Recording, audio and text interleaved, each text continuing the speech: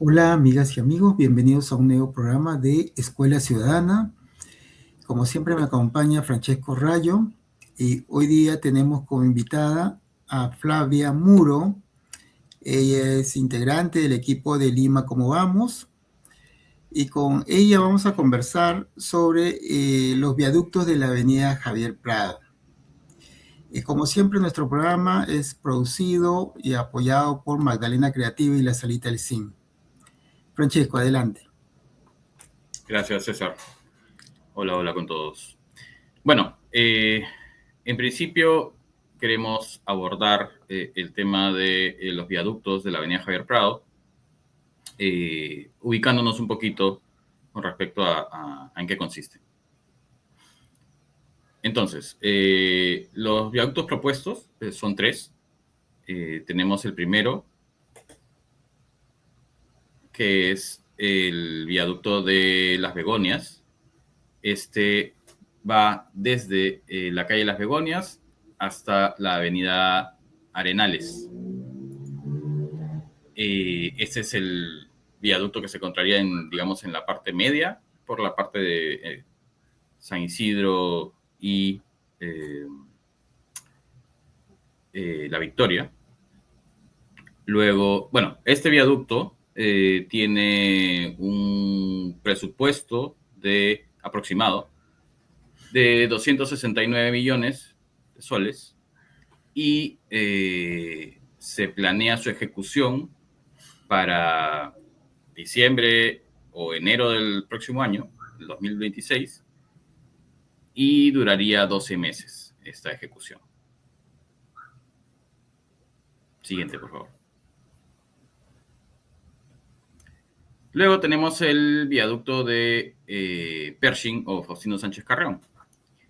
Este empieza en la calle Los Eucaliptos y termina en la calle El Jirón, Caracas. Tiene un presupuesto aproximado de 289 millones de soles y no tenemos todavía datos del plazo de ejecución. Esto se da en los distritos de San Isidro, Magdalena y Jesús María. Siguiente, por favor. Y por último, tenemos el viaducto del Golf Los Frutales, el cual se encuentra en La Molina prácticamente. La inversión va entre 72 y 90 millones de soles. Y bueno, sería el tercero de estos tres viaductos propuestos y que de alguna manera ya se han licitado por una modalidad de presupuesto que que se aprobó en algún momento en el gobierno de Fujimori y que se ha ido usando para hacer obras de carácter de emergencia, supuestamente, ¿no?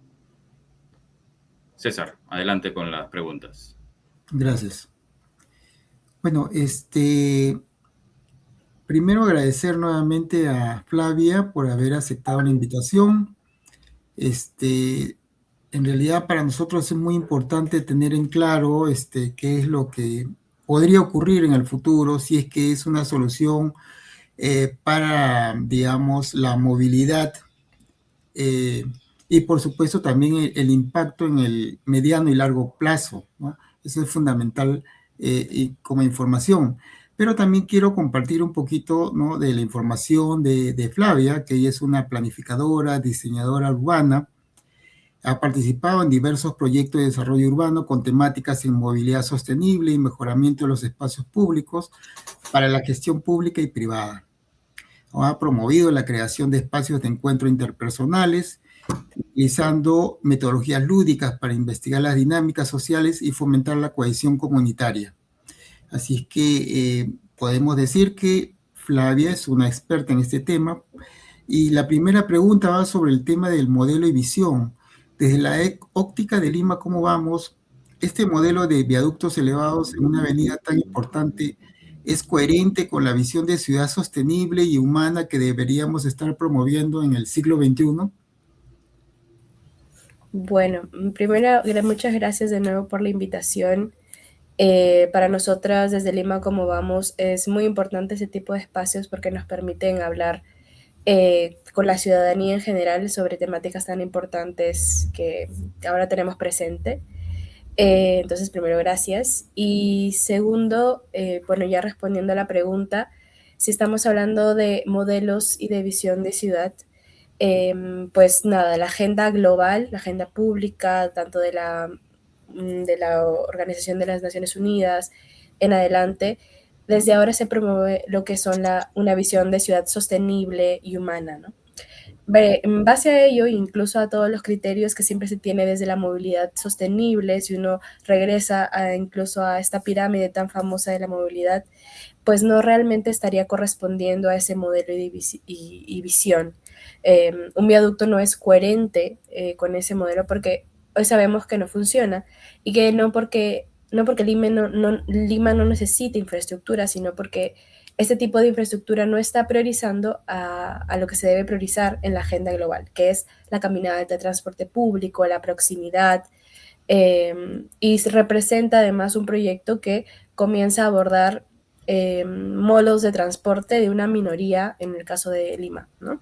De Lima Metropolitana y Callao. Entonces, las ciudades grandes que enfrentaron este tipo de soluciones y que ahora caminan hacia un modelo de ciudad más humana, inclusiva, próxima y sostenible, ya evitan este tipo de proyectos porque básicamente ya sabemos que el resultado no es el de justamente disminuir el tráfico y de acercarnos y de promover los espacios públicos y la vida urbana, ¿no? Eso. Perfecto.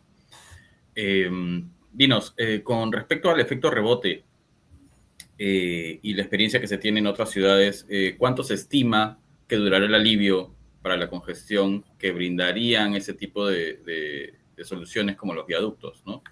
Por el famoso efecto del tráfico inducido. Uh-huh. Sí, uno de los principales temas que nos hace ruido es principalmente ese proyecto, que no es que simplemente no es una propuesta que no soluciona, sino que además de no solucionarla, verdaderamente la empeora, ¿no? Y eso es el principal problema de este tipo de soluciones, ¿no?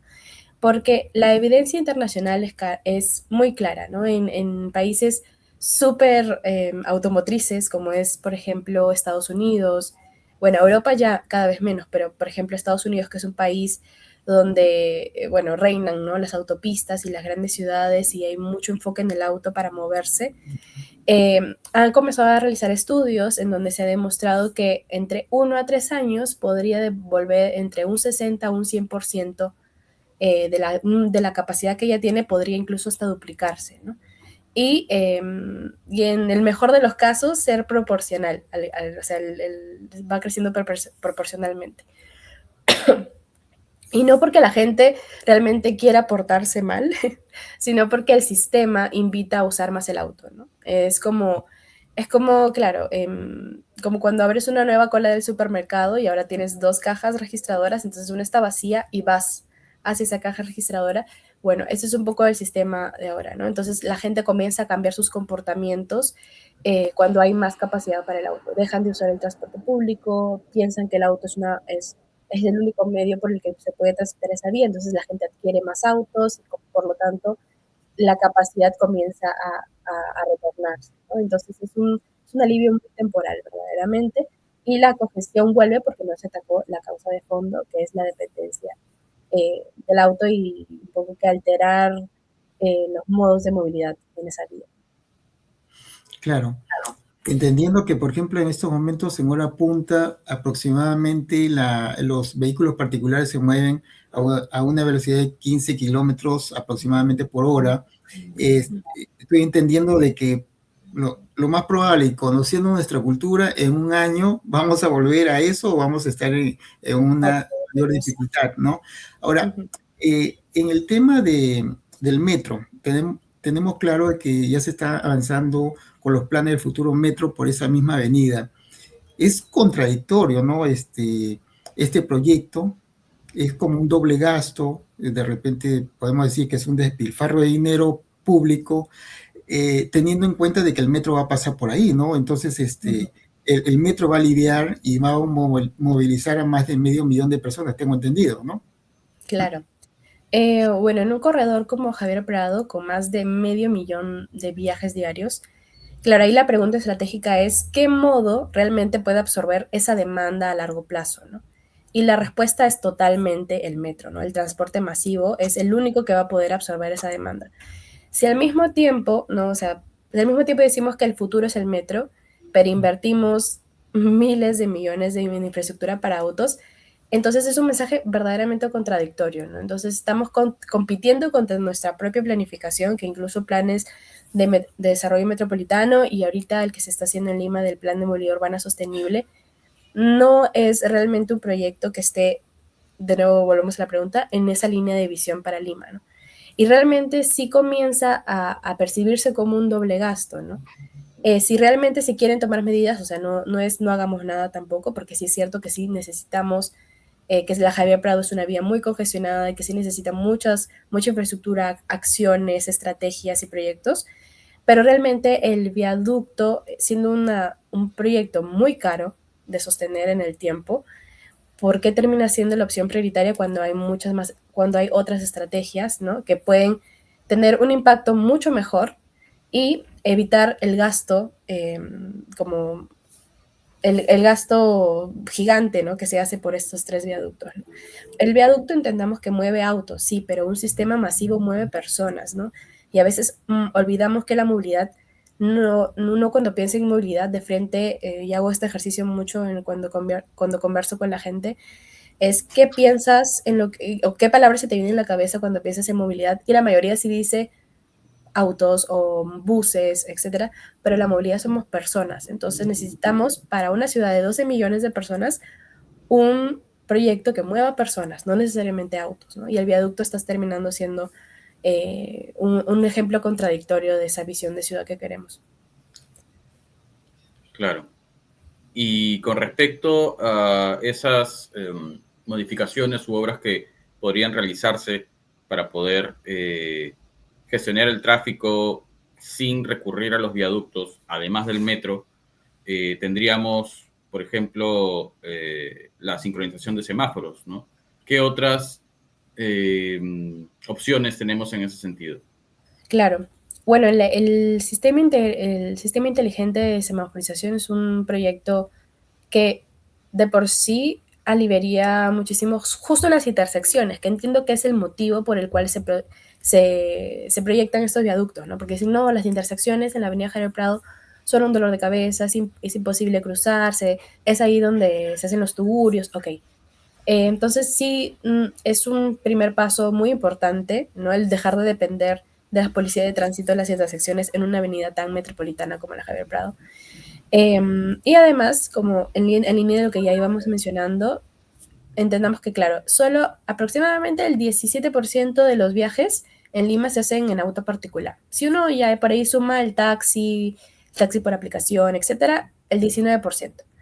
Entonces, sí hay un problema de priorización. Entonces, otra medida que podría hacerse es, con el mismo presupuesto, podría ser, por ejemplo, el poder fortalecer el sistema de los corredores en toda la Javier Prado, ¿no? O que realmente hay un sistema más integrado de transporte público, no ponte que tengas el corredor en Javier Prado, pero que a la vez haya alimentadores que lleguen hasta la avenida, que tenga un carril segregado, etcétera, etcétera, pero con una mayor infraestructura que lo permita, ¿no? Porque antes hemos hecho carriles segregados y han fallado porque la infraestructura ha sido ya muy táctica, ¿no? Nosotros estamos a favor de lo táctico, nos parece excelente, nos permite modificar, arreglar cosas, pero una vez que ya lo probaste, hay que ir al siguiente paso de ir a consolidar la infraestructura, ¿no? Entonces, mejorar el transporte público, el sistema de los buses, los cruces peatonales, ¿no? Incluso poder hablar de estrategias también directamente o entender por qué es la movilidad hacia esas zonas, ¿no? Entendemos que, por ejemplo, en el centro financiero es por un tema laboral, ¿no? Entonces, hay quizás un montón de estrategias ya con las mismas empresas eh, como actores importantes en este modelo de movilidad, en donde se pueden elaborar como, no sé, modelos de teletrabajo, modelos mixtos, horarios escalonados para que todas las personas no entren a la misma hora y allá como se comienza a dispersar un poco el tráfico, que no sea todas las 7, sino que alguien entra a las 8, el otro a las 9. Entonces, sí hay muchas estrategias que no implican un viaducto, ¿no? Incluso recuerdo que ahora la ATU también está desarrollando una guía para la movilidad institucional, que justamente aborda estas estrategias con este tipo de transporte que mueve masas, ¿no? Por ejemplo, las empresas o las instituciones que mueven a más de 200 personas, es un montón, ¿no? O universidades, ¿no? Ese tipo de polos que atraen mucha gente, comenzar a desarrollar estrategias para disminuir también los traslados tan largos, ¿no? Ahora lo importante es que todo sea lo más próximo y abordar el transporte masivo sobre todo. Con respecto a lo que mencionabas del carril segregado, bueno, ya tenemos experiencia sobre eso, pues, ¿no? Como bien lo mencionabas, por ejemplo, en el caso del Metropolitano, que si bien en estos momentos es un medio saturado por otras condicionantes, en su momento funcionó bien, pues, ¿no? Y era un transporte eficiente, rápido y que te permitía ir de un lado a otro de la ciudad en corto tiempo, pues, ¿no? ¿Qué más nos podrías comentar acerca de eso y de cómo funciona? Claro, ahí con el corredor, claro, ahí el tema del metropolitano es más por un tema ahí de gestión, pero realmente hasta ahora el metropolitano en términos de tiempo sigue siendo dentro de todo una movilidad que en términos de tiempo lo cumple, ¿no? En otros términos ya de confort, de calidad de servicio, ahí quizás podríamos cuestionarlo, pero al menos en términos de tiempo lo sigue cumpliendo, ¿no? Entonces, por ejemplo, es un buen ejemplo de infraestructura de carril segregado. Y claro, ¿qué faltaría ahí? Faltaría básicamente la intermodalidad, ¿no? Que es que tú puedas llegar a intersecciones en puntos y coger otro tipo de transporte, ¿no? Ya sea ir en bicicleta o caminar, que bueno, aquí entre el transporte público y caminando son los dos modos de más uso en Lima, ¿no? Entonces quizás deberíamos también priorizar estos cruces donde abordes y puedas tomar el otro bus que te conecte con el corredor, ¿no? E ir caminando como a ese sistema intermodal en donde puedas utilizar diferentes modos para llegar a un mismo punto, ¿no? ¿No? Y aquí también entender que, pues sí, no es solo un tema de infraestructura, aquí también tenemos otras capas que es el tema de de las centralidades, ¿no? O sea, muchas de las centralidades están en San Isidro para trabajar, en no sé qué para estudiar, ¿no? Entonces comenzar también a estas estrategias que hablaba antes, más promover incentivos de vivienda y de otros para que la gente comience a ser más próxima hacia sus lugares de traslado, también son estrategias muy importantes, ¿no? Porque debemos evitar los traslados súper largos, que son finalmente los que terminan recayendo en elijo el auto o elijo, ¿no? El transporte público, pero me duele la cabeza porque tengo que pasar 4 horas en el tráfico, ¿no? Y al final... Haciendo énfasis en eso Dime. que comentas, esto responde o mejor dicho, recae en una responsabilidad de la Municipalidad de Lima, ¿no? Porque básicamente se trata de, bueno, y de los municipios distritales, porque por un lado recae en el sentido de una mejor zonificación, ¿no? Para promover este tipo de crecimiento comercial en ciertas partes de Lima para poder evitar justamente esos traslados tan largos, y a su vez también en las facilidades que los municipios distritales puedan dar con respecto, por ejemplo, al cobro de arbitrios o de los impuestos en general, para poder desarrollar, ¿no?, más actividades en estos lugares. Sí, correctos. Ahora hasta tenemos, ya ni por razones primarias, la gente se traslada, o sea, hasta ahora por temas de recreación, tenemos obviamente también espacios públicos mucho más privilegiados que otros, ¿no? Entonces la gente, por ejemplo, yo que soy de Lima Sur, me termina gustando más ir hacia otros distritos como, no sé, Miraflores, etcétera, porque tienen mejor calidad de espacio público. Y finalmente termino yendo o termino eligiéndolo por el tema de la calidad del espacio público, por ejemplo. Es un ejemplo, pero así como eso, también tenemos el ejemplo de la vivienda y de los usos y todo lo que mencionábamos, ¿no? Entonces sí hay un trabajo muy importante que ahora que viene un año electoral, ¿no? De nuevas gestiones, tenemos que poner mucho foco ahí en qué gestiones nos están cumpliendo esa visión de ciudad próxima, ¿no? En donde yo no tengo que trasladarme grandes distancias para acceder a una vivienda que puedo costear, a comercio, bueno, quizás universidad está un poco más complejo, pero bueno, por ahí que hay otras estrategias, a mi trabajo, etcétera, ¿no? Y también, no solamente es un trabajo, como decías, de la Municipalidad de Lima, de la ATU, que es la Autoridad de Transporte Urbano, tiene una misión muy importante, que ya con el Plan de Movilidad Urbana esperemos que sea como el plan que dirija a toda la ciudad hacia esa visión. Los gobiernos locales, ¿no? En términos más de infraestructura más local, como las ciclovías, los cruces, etcétera, eso lo van a tener más a cargo ellos. Entonces, el futuro alcalde de Lima va a tener que ser un actor que pueda gestionar con esos actores, ¿no? Gobiernos locales, ciudadanos, empresas, sector privado, para que en conjunto podamos encontrar una visión y un modelo de transporte que pueda sostenernos a largo plazo, realmente. Bueno, otro de los grandes problemas y preocupación que han mostrado, por ejemplo, los colectivos ambientalistas es relacionado con la erradicación de los pocos árboles que existen en esta zona, ¿no? Del proyecto. Entonces, ya tenemos, según datos del Ministerio de Salud, que más o menos mueren en Lima y Callao unas 10.000 personas al año afectadas justamente por la contaminación del aire. Y uno de los factores contaminantes justamente son los vehículos. Y ahora que encima ya no hay ese control estricto de hace 8 o 9 años atrás, ¿no? Volvemos a ver a los vehículos pues, que con su tubo de escape botando humo, parece que hubiéramos vuelto a los 80, a los 70.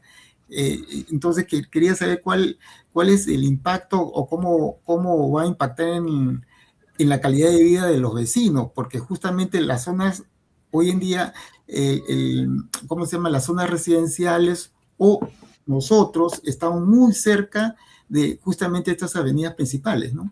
Sí, eso es correcto. Y también en línea de eso, claro, también se justifica, por ejemplo, el hecho de estos viaductos porque forman parte de este como nuevo anillo, ¿no? Vial que se quiere hacer para la ciudad de Lima o que finalmente en el futuro se prevé para la Javier Prado que sea una autopista. Pero si hablamos justamente de ese tipo de ejemplos, cuando incluso va desde el nombre, como anillo vial periférico, el Javier Prado no es ninguna periferia, ¿no? O sea, estamos cruzando San Borja, Ate, San Isidro, son zonas súper consolidadas, son barrios, ¿no? Hay mucha vida urbana ahí y no hay, bueno, las ciudades en el mundo ahora, no solamente, no tenemos que ir muy lejos, Colombia nada más, cuando habla de justamente de estas autopistas o infraestructuras que necesitan mucha velocidad, mucha capacidad vehicular, la comienzan a plantear para que bordeen, ¿no? La ciudad, de tal manera que nadie tenga que cruzar si es que lo necesita y si es que lo cruza, obviamente hay vías arteriales y metropolitanas que te reciben ese tráfico, pero realmente no vas a una velocidad en la que puedes o poner daño o poner, perdón, en riesgo a los vecinos, ni impactas en términos de ambientales en su calidad de vida, ¿no? Lo verde no es ninguna decoración, ¿no? Está completamente comprobado que necesitamos del verde. Lima de por sí ya tiene muy pocos metros cuadrados de árboles por habitante. El ruido, ¿no? Que es otro gran impacto. A nivel de percepción, el tema de la inseguridad. Y que, claro, por ejemplo, muchos dicen también como, ya, pero ¿por qué lo están haciendo arriba? ¿Por qué no lo hacen abajo? ¿No? ¿Por qué no lo hacen como soterrado? ¿No? ¿Por qué no va por como un túnel?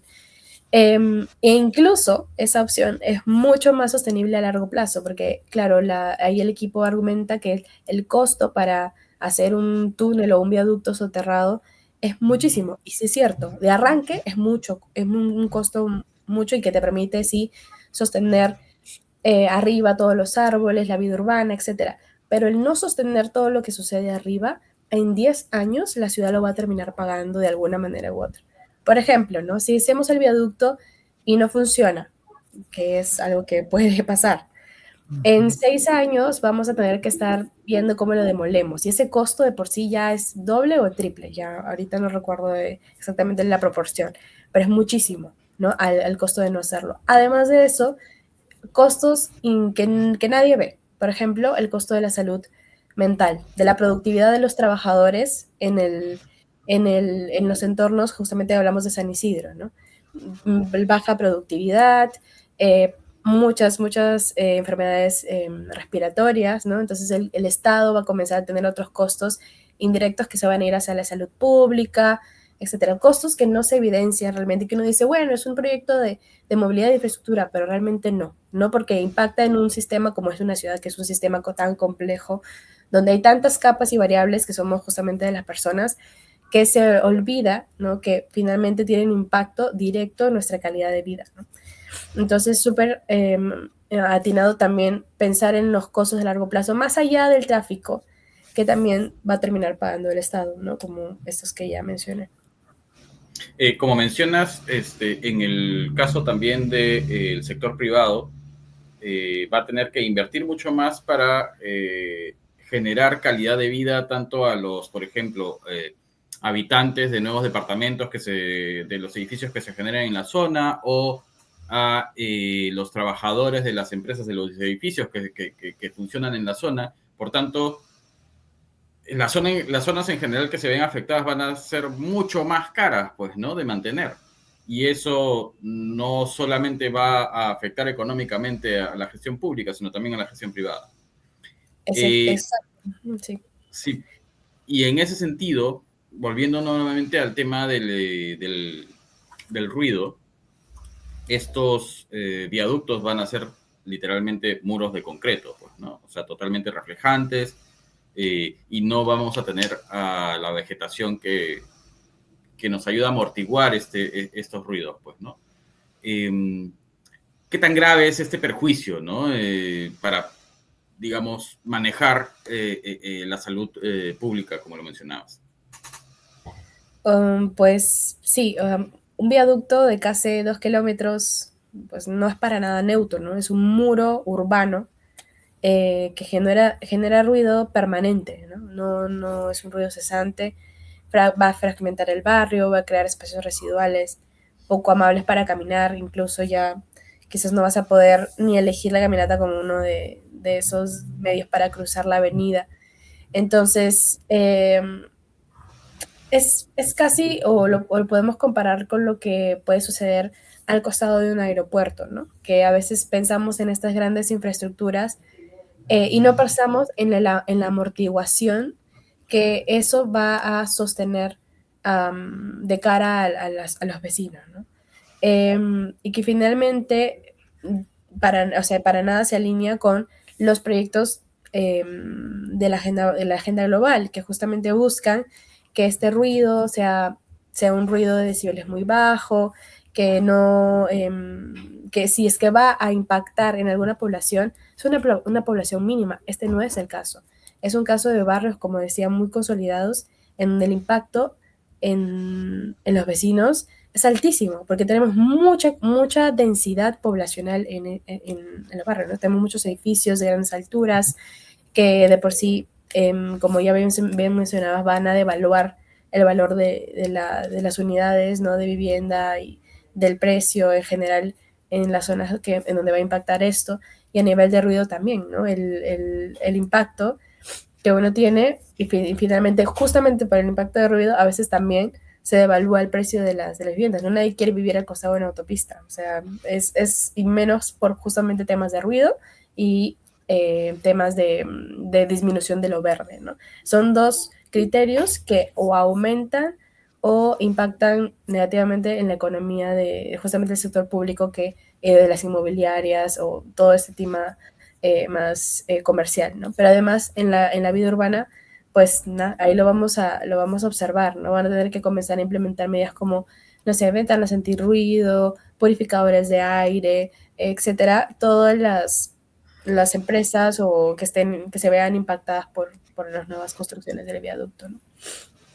Claro, también haciendo énfasis en el tema de seguridad, a ver, tenemos una cultura en la cual nuestros conductores en general son temerarios al conducir. Sabemos de accidentes en los cuales, por ejemplo, me parece que, claro, 2 o 3 vehículos como que salen volando, por ejemplo, por el bypass de Javier Prado y se asientan ahí, ¿no? O a un costado, sabemos de esos accidentes, pero ahora con estos viaductos esos accidentes se van a multiplicar, eso es por un lado, ¿no? El otro punto es que, por ejemplo, tampoco hay una cultura de darle el mantenimiento preventivo a los vehículos, entonces, si transitamos diariamente, todo lo que transitamos diariamente por las grandes avenidas, siempre vemos entre 1 y 5 carros, dependiendo de la distancia que recorremos, que están ahí malogrados y que obviamente pues complica el tránsito. Ahora, eso también va a ocurrir en los viaductos.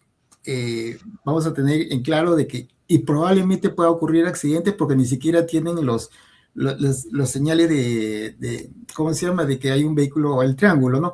De seguridad. Entonces, estamos viendo que todo el tema de seguridad se va a, ¿cómo se llama?, a complicar más y no va a haber suficientes manos de autoridades para poder, por ejemplo, atender o sacar los vehículos de estos viaductos, por ejemplo, para llevarlos a una zona donde no impida el tráfico. Entonces, en realidad es un tema bastante complejo.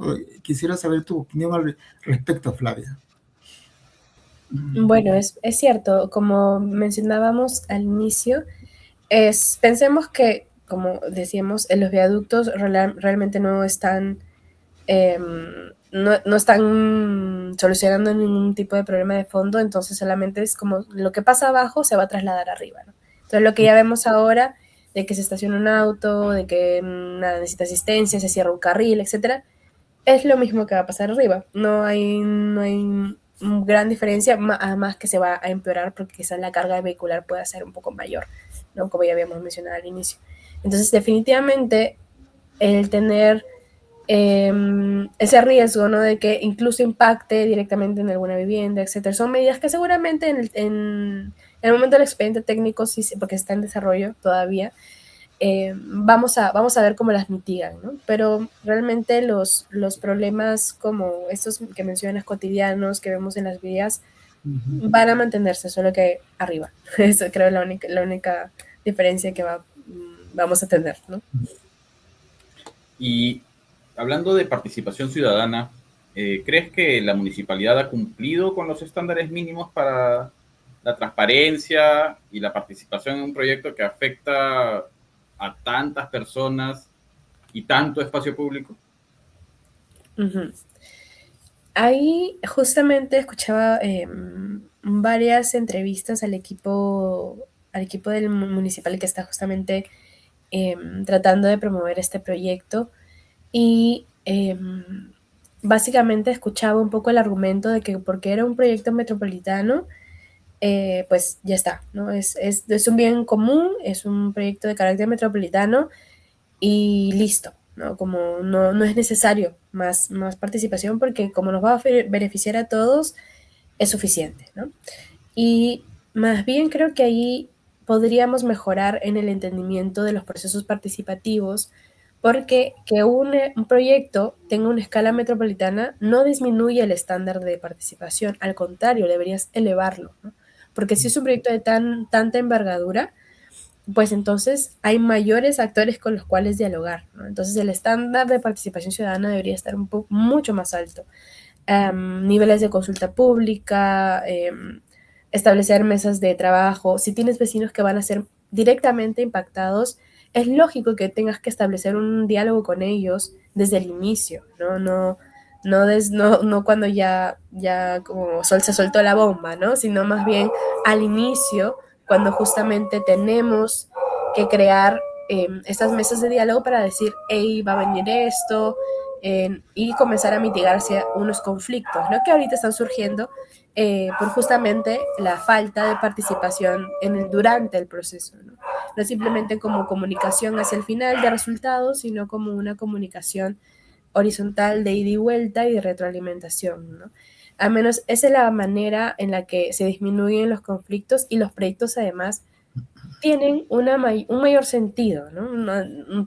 Proyectos que podríamos hablar ahorita es un viaducto, pero de esa manera se podría hacer un parque o una plaza o lo que sea, ¿no? Porque de esa manera también la ciudadanía se involucra y sí ejerce su rol como tal y además puede proponer, apropiar, etcétera, y tienen información muy importante para el proceso de diagnóstico, ¿no? Estoy muy segura que estos vecinos que viven o están impactados directamente por los viaductos tienen información valiosísima de los accidentes que principalmente suceden en la zona, de las zonas de cruces priorizados que quizás por ahí la data no nos la da, ¿no? O perfiles o horas muertas, etcétera.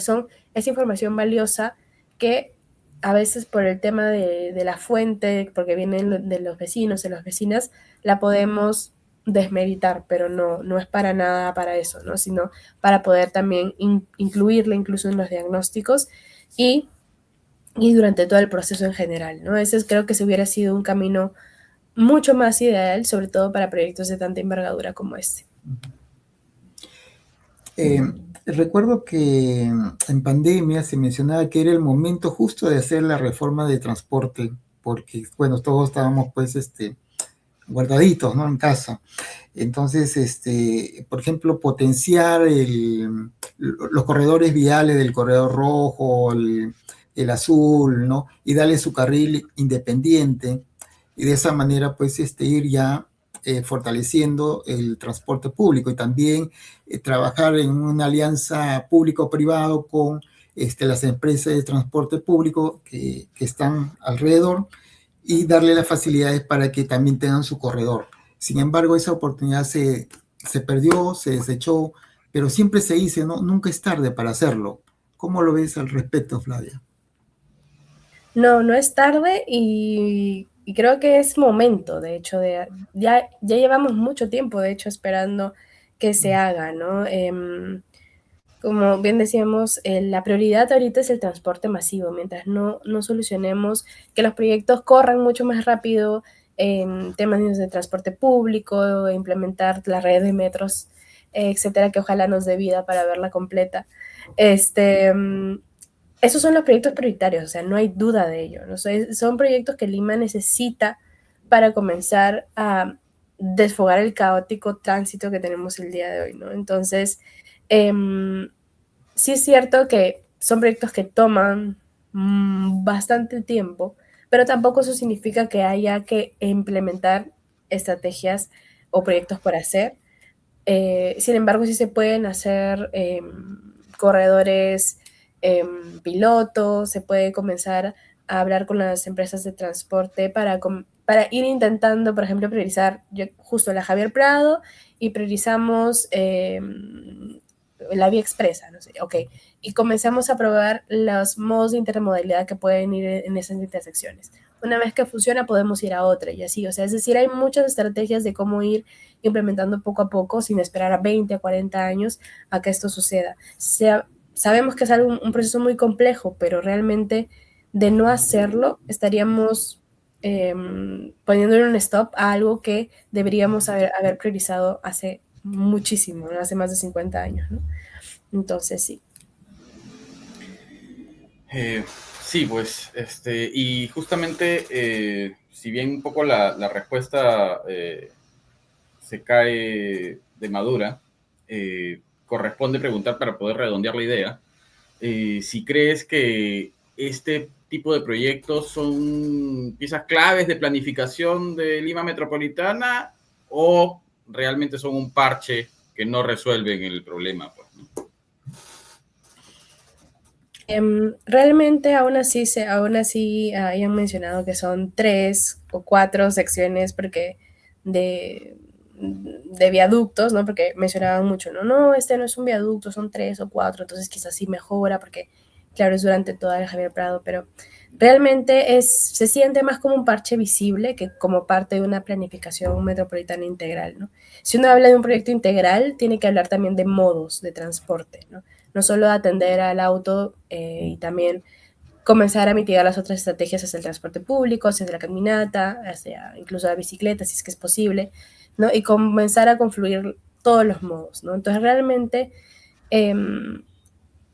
es muy difícil ponerle una etiqueta de que sea un plan real metropolitano con sentido.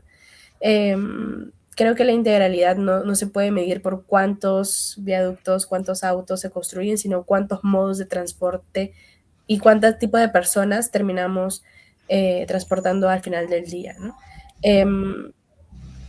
Ya tenemos la evidencia de que realmente ese tipo de proyectos son muy costosos y no nos llevan a la solución que queremos.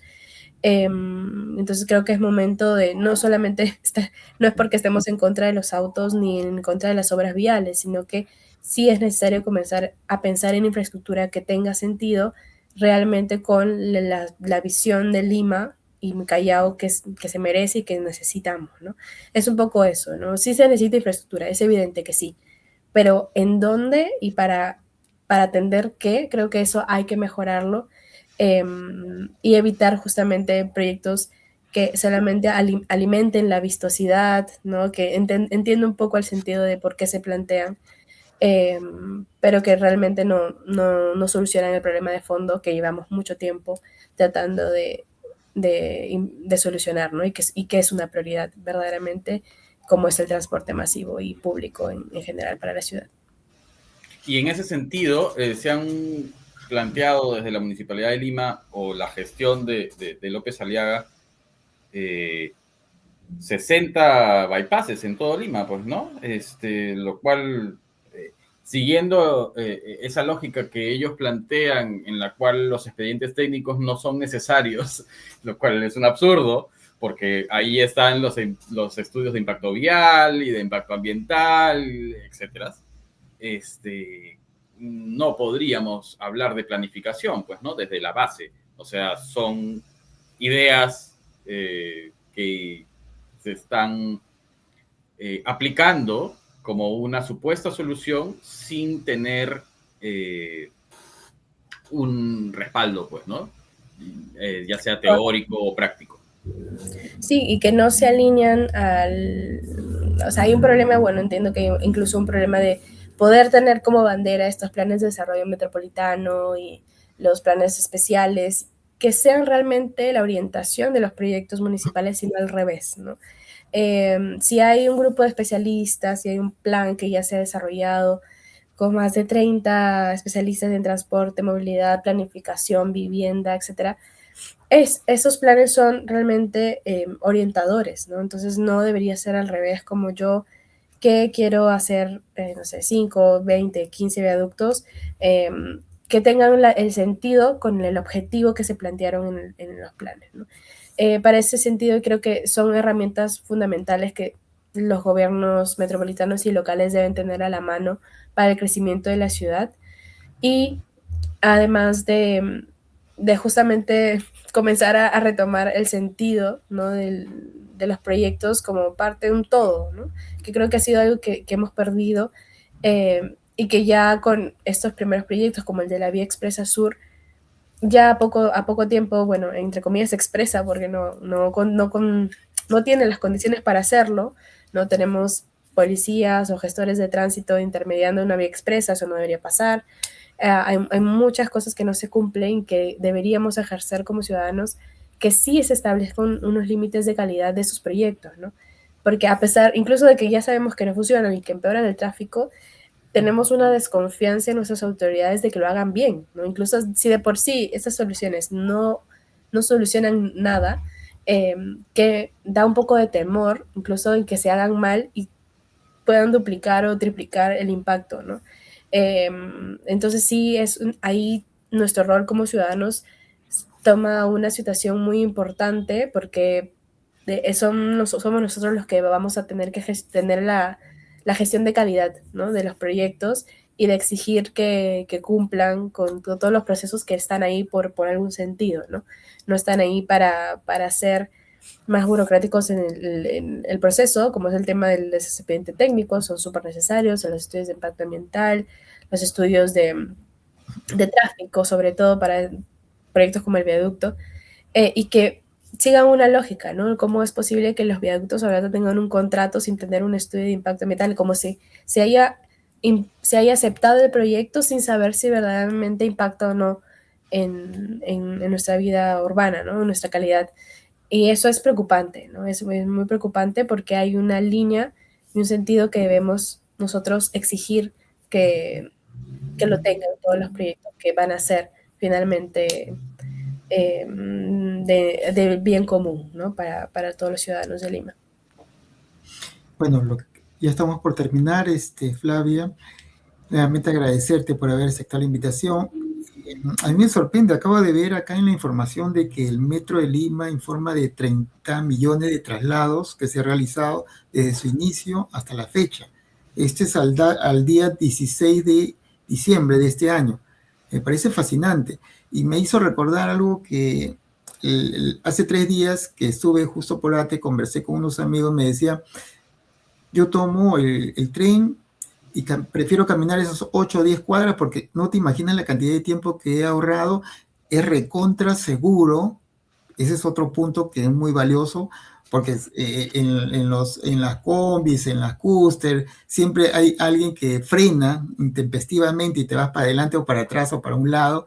Y eso ya no me ocurre, me dice, en el tren. Entonces voy seguro y llego y me pongo a caminar porque tengo tiempo, ¿no? Tranquilo, relajado. Entonces, puedo dormir un poco más tarde, me dice otro, ¿no? Entonces, ya se nota un cambio justo con este tema del tren. Entonces, mi pregunta final sería, ¿cuáles son tus recomendaciones? ¿Qué podríamos recomendarle ustedes? ¿Qué podrían recomendarle al alcalde sobre opciones para que tengamos un transporte público sostenible, amigable, saludable, seguro para todos, ¿no? Sí, con completo sentido. Incluso me has hecho recordar que también un argumento muy importante del proyecto es que estos viaductos van a, y que también fue un argumento, ¿verdad? Paréntesis para lo de la participación ciudadana, ¿no? Que decían, no, pero este viaducto también impacta a Lima Sur, Lima Este, ¿no? Entonces, bueno, entonces si nos ponemos a pensar en justamente cómo se mueve esta población de Lima Este, Lima Sur, y en general vemos los modos, pues la mayoría usa el transporte público y caminando, tal como mencionabas como tu amigo, ¿no? Entonces, hay una recomendación fundamental, es replantear justamente la visión de la gestión actual, ¿no? Y rediseñarlo bajo una nueva lógica que realmente corresponda a la prioridad que necesitamos, que es el transporte masivo, la seguridad vial, la calidad urbana, ¿no? Lima necesita infraestructura, eso es cierto, pero también necesita infraestructura que mueva una cantidad importante de personas y que funcione a largo plazo, ¿no? En una ciudad de 12 millones de personas, más autopistas lamentablemente no van a mover más personas, van a mover más autos, y la idea es que comencemos a caminar hacia a esos sistemas, encontrar estrategias y pensar que no necesariamente las municipalidades pueden estar solas, sino también poder colaborar con empresas, sector privado, gobiernos locales, ¿no? Es muy importante comenzar a hacer esa interinstitucionalidad entre todos los actores, porque la ciudad es un sistema tan complejo que merece abordarlo desde diferentes perspectivas, ¿no? Y que desde la escala metropolitana también no significa solo ver la escala metropolitana, sino si soy de la municipalidad metropolitana es ver la metropolitana y bajar hacia la escala más barrial, local, etcétera, ¿no? No porque estoy desde una ya debo eliminar las otras, al contrario, comienza a ser mucho más evidente el comenzar a mirar los flujos barriales, la dinámica locales, que después terminan impactando en todo, ¿no? En el comercio, en la vida urbana, en la calidad, en la salud pública. Entonces no es un problema para nada menor, ¿no? No estamos hablando aquí solamente de tráfico, estamos hablando de calidad de vida, y merece replantear la visión, ¿no? Que de todos estos proyectos orientados a tener más infraestructura visible y promover un modelo de ciudad que no queremos, ¿no? Que es en donde se prioriza o se privilegia incluso a un modo que lo usa la minoría, en el caso de Lima Metropolitana. Y replantear estas leyes que de alguna manera permiten unas licitaciones sin una planificación, sin un concurso propiamente dicho, y que inclusive haga que los mismos ejecutores de la obra diseñen el expediente técnico, pues, ¿no? O sea, que no tiene ningún sentido. Entonces, deberíamos, creo, César, también dedicarle un programa a estos temas, porque realmente son un perjuicio, ¿no? Dentro de lo que la gestión pública se refiere. Y como también mencionaba, retomar estos planes orientadores que ya existen, que no están ahí para mirarlos y ver qué tan bonitos se diagramaron, sino también respetar esos estudios, ¿no? Esos que ya se hicieron con participación ciudadana, con procesos de consulta pública, son muy valiosos y deberíamos retomar o comenzar a implementar medidas para que sean verdaderamente, incluso a nivel normativo, ordenanza, etcétera, los orientadores de los planes que se van a hacer para la ciudad, a tanto a nivel metropolitano como a nivel local. Es súper importante que podamos todos caminar bajo un mismo sentido, ¿no? Y no ir en direcciones opuestas. Claro, muy bien, Flavia. Es más, le pedimos al alcalde de turno que por favor invite a un cabildo abierto a todos los expertos técnicos, como instituciones como Lima, como vamos, por ejemplo, para que den su opinión, su aporte y podamos tener una ciudad amigable, segura, saludable, que nos permita pues convivir en paz, en armonía y bienestar, que sea beneficioso para todos. Entonces, esa mirada integral lo van a dar justamente asociaciones o instituciones como Lima, como vamos, y otros expertos que conocen de este tema. No hay que politizarlo, hay que verlo de la mejor manera, hay que bajar esas pasiones, intereses políticos, etcétera, y pensar en el bienestar ciudadano, porque todos vivimos acá. Los que están candidateando son los que viven acá, así que piensen en sus hijos, en sus nietos. Pensemos en todos por un momento, por favor. Gracias, amigos, por acompañarnos. Nos vemos el próximo año con algún nuevo tema interesante a pedido de ustedes, por supuesto. Y agradecemos nuevamente a Flavia Muro de Lima, como vamos, por acompañarnos y compartir su importante información, conocimiento y, por supuesto, sugerencias para una mejor ciudad para todos. Nos vemos, amigos.